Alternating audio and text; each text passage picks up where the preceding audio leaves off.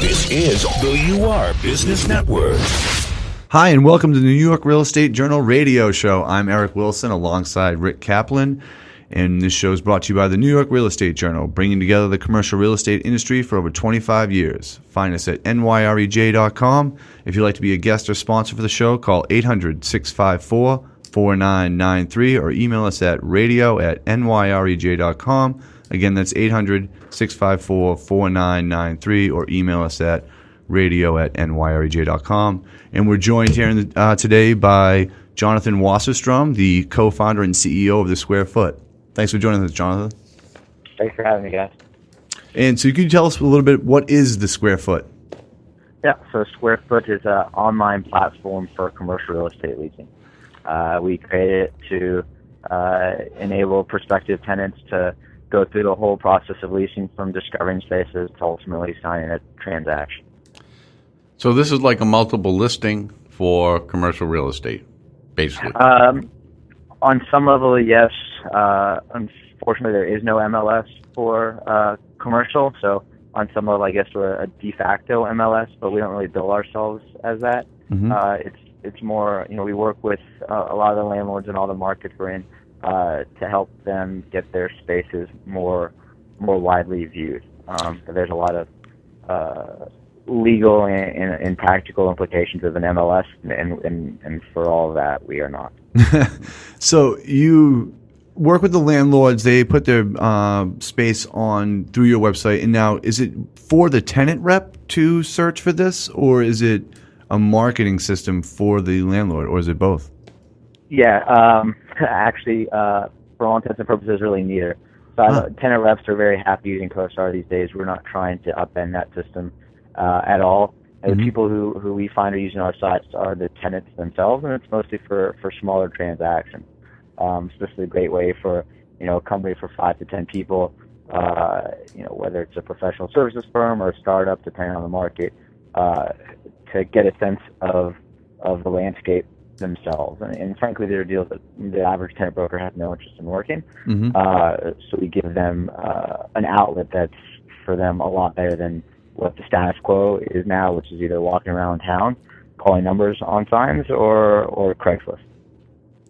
So what's the amount of the average space that you try to put onto your site? Well, we like to help landlords market space of all size. We've so there's stuff on the site that's tens of thousands of square feet. Realistically, the demand isn't there, though. The people who we find looking on the site are kind of 2,000 to 10,000 square feet is a pretty good, probably not middle 50, but large chunk of stuff. Now, is it mainly office, or is it warehouse and retail, a whole combination of different types of commercial? Yeah, so in Texas, which our first markets were Houston, Dallas, Austin, split between those three property types.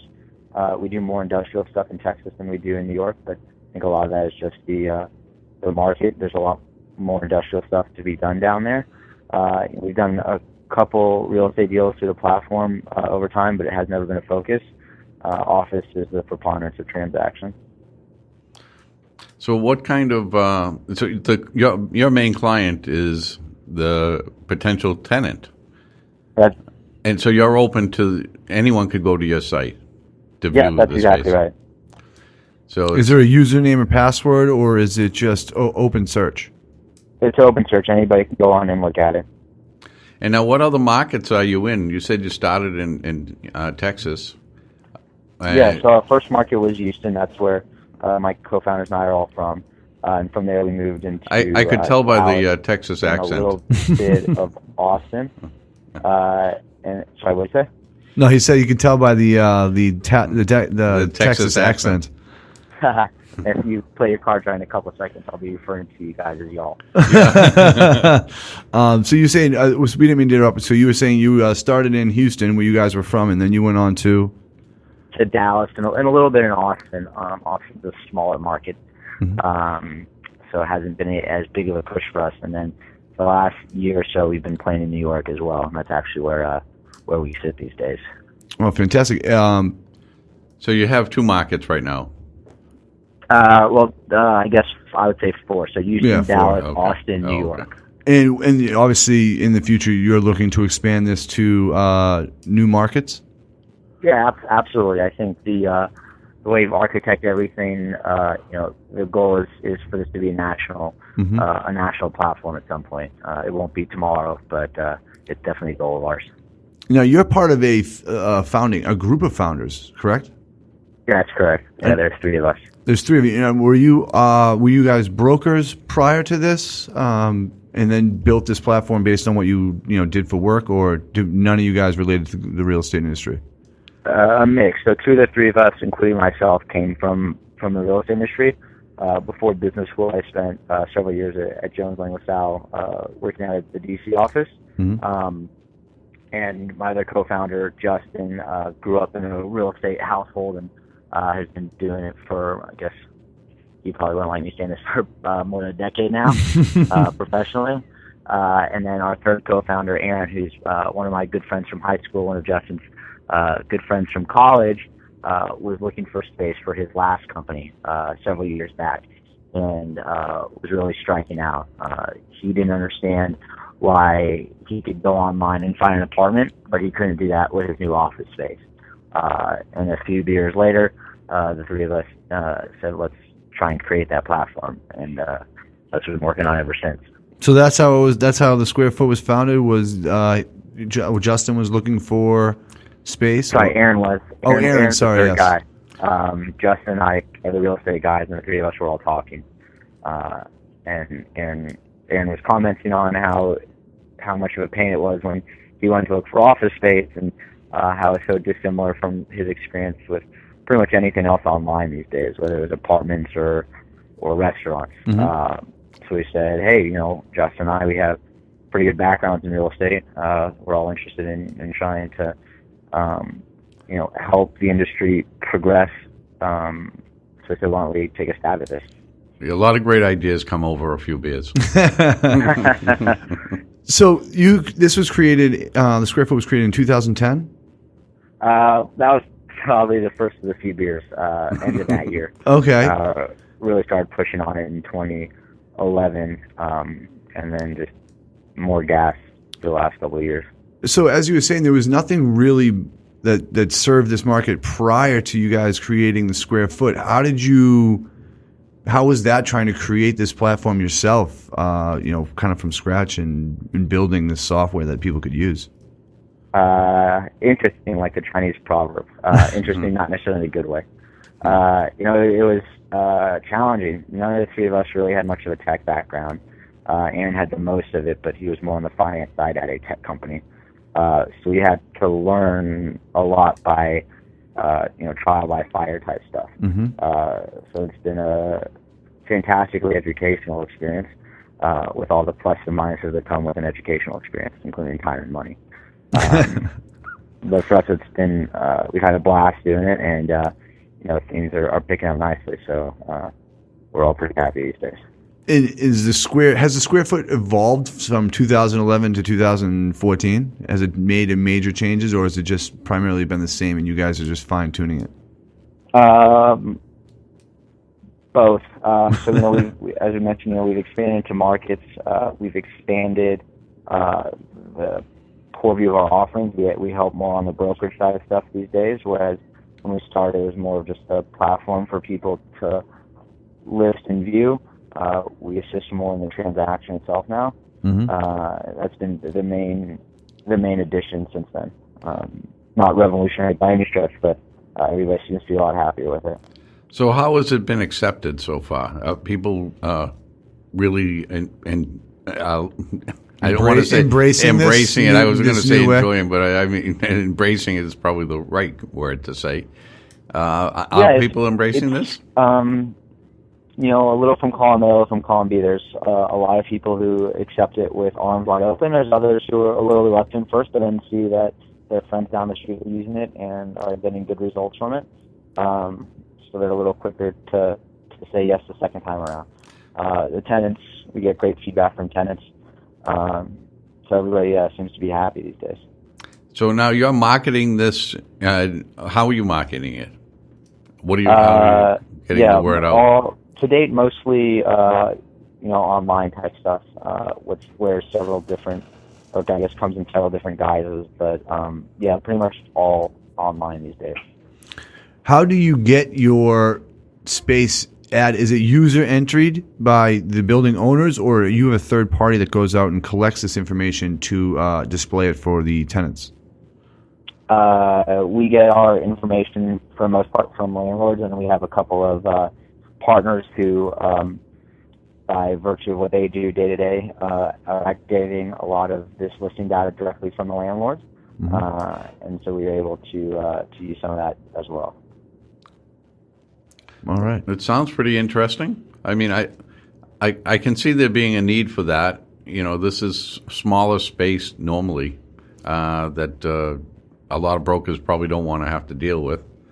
It makes it a lot easier for the tenants to find it. Right. Now, is this, and when these listings are on, when you go online and you sign it, go in to check out the square foot, and you want to see some listings, and you have your parameters of, say, 2,000 to 2,500 square feet, and can I type that in and search right there? Is there a search engine that gives me a list, and what kind of data do I get from these listings?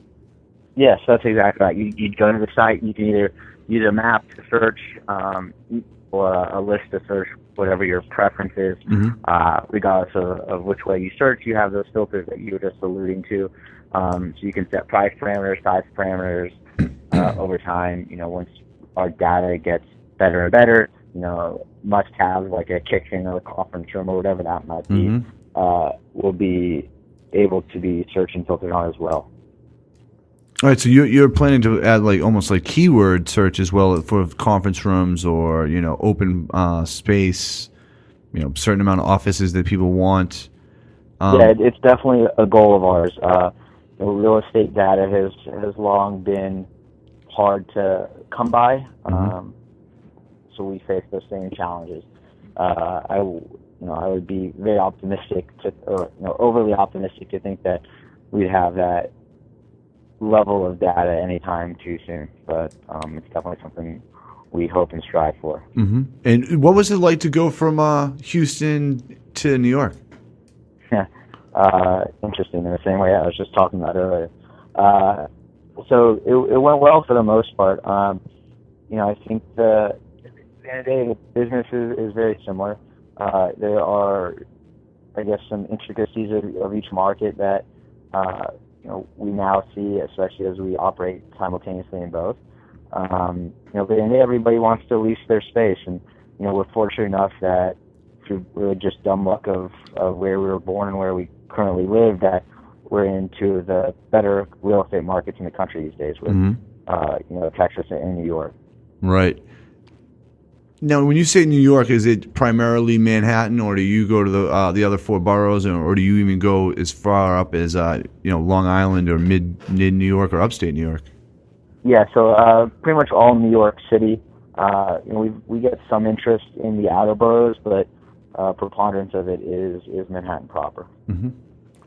So so now everyone in that started out with you are all working full time in this? Yep.